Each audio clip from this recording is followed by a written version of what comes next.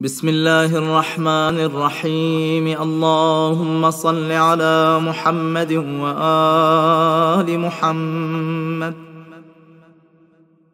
اللهم ارزقني فيه الذهن والتنبيه،